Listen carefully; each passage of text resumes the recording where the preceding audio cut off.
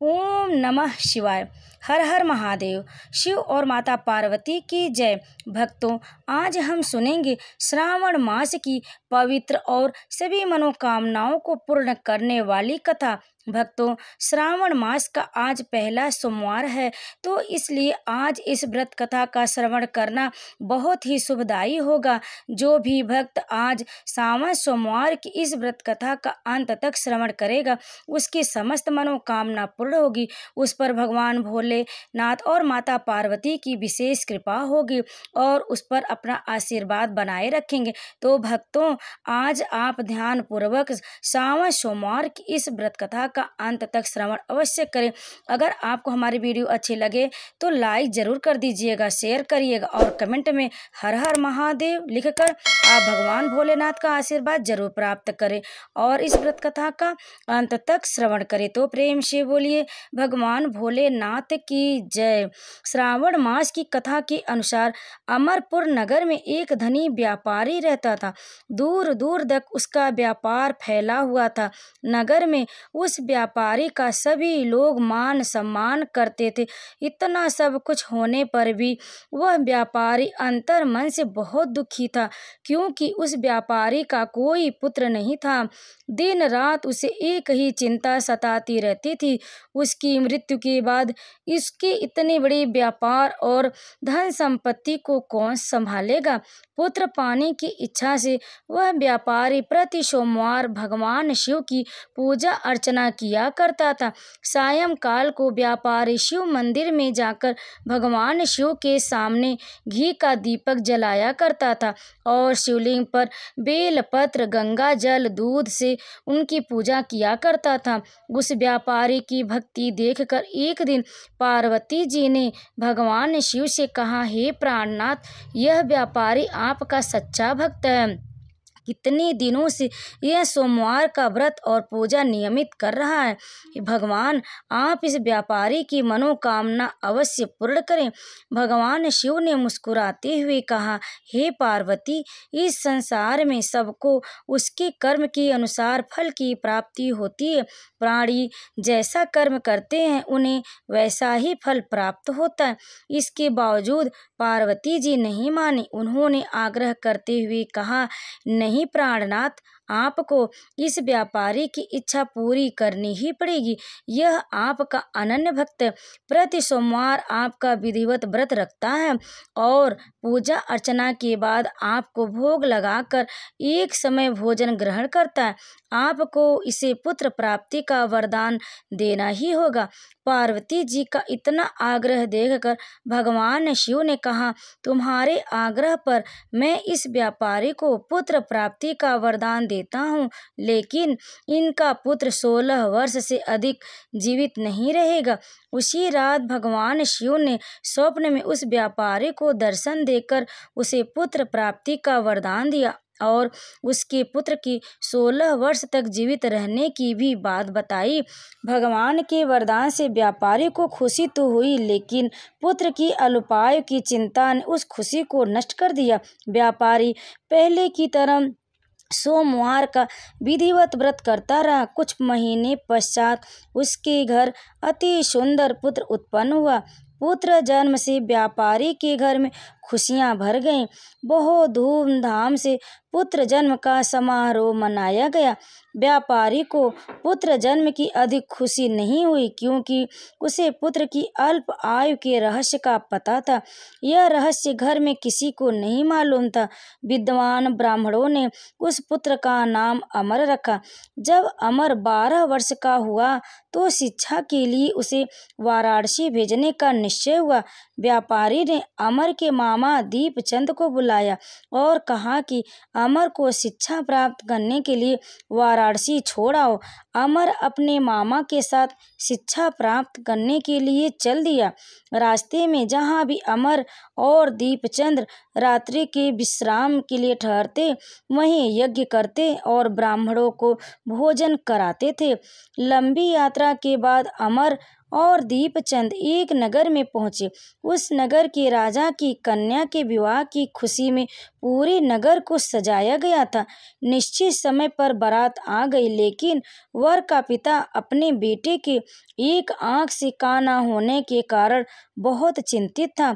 उसे इस बात का भय सता रहा था कि राजा को इस बात का पता चलने पर कहीं वह विवाह से इनकार ना कर दे, इससे उसकी बदनामी होगी। वर के पिता ने अमर को देखा तो उसके मस्तिष्क में एक विचार आया। उसने सोचा, क्यों न इस लड़के को दूल्हा बनाकर राजकुमारी से विवाह करा दूं। विवाह के बाद इसको धन देकर विदा कर दूंगा और राजकुमारी को अपने नगर में ले जाऊंगा। वर के पिता ने इसी संबंध में अमर और दीपचंद से बात की। दीपचंद ने धन मिलने के लालच में वर के पिता की बात स्वीकार कर ली। अमर को दूल्हे के वस्त्र पहनाकर राजकुमारी चंद्रिका से विवाह करा दिया गया। राजा ने बहुत सा धन देकर राजकुमारी को विदा किया।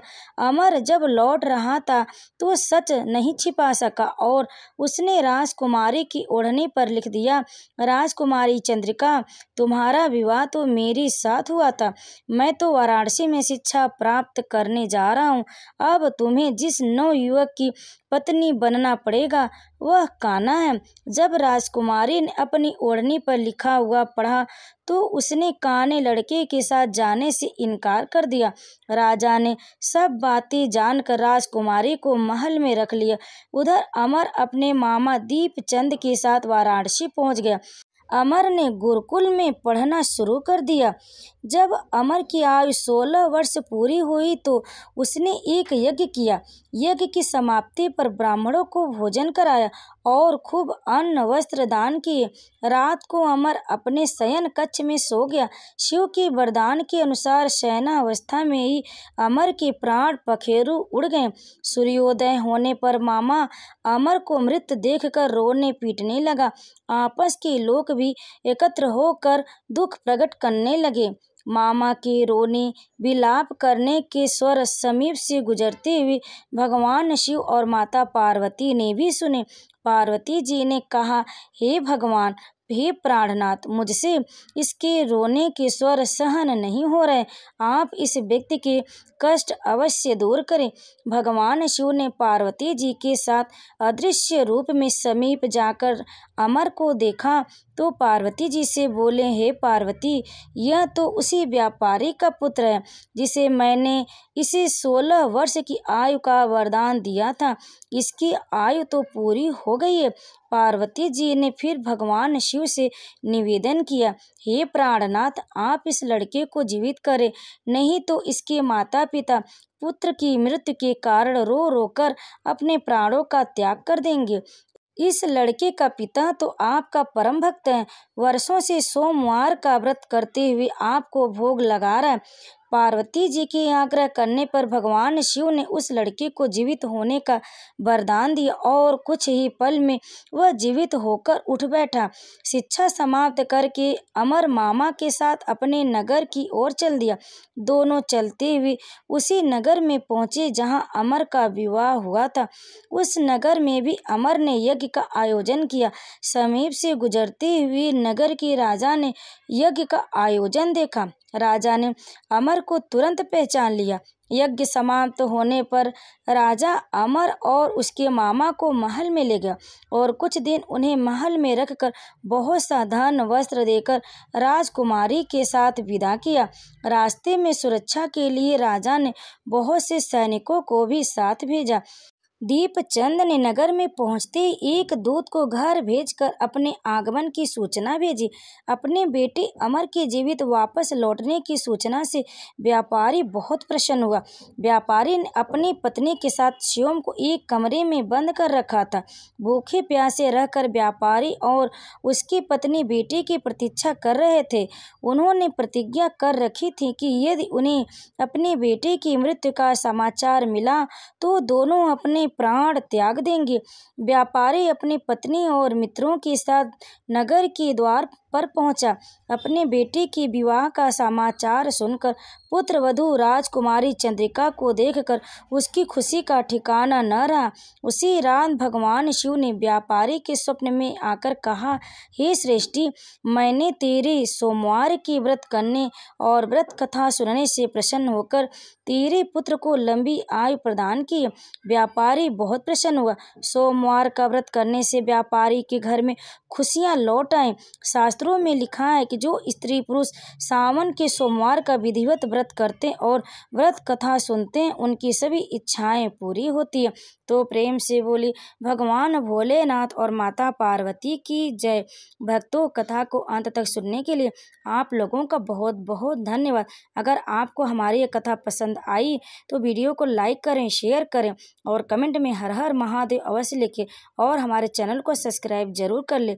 आप सभी को सावन सोमवार की हार्दिक शुभकामनाएं। ओम नमः शिवाय। हर हर महादेव।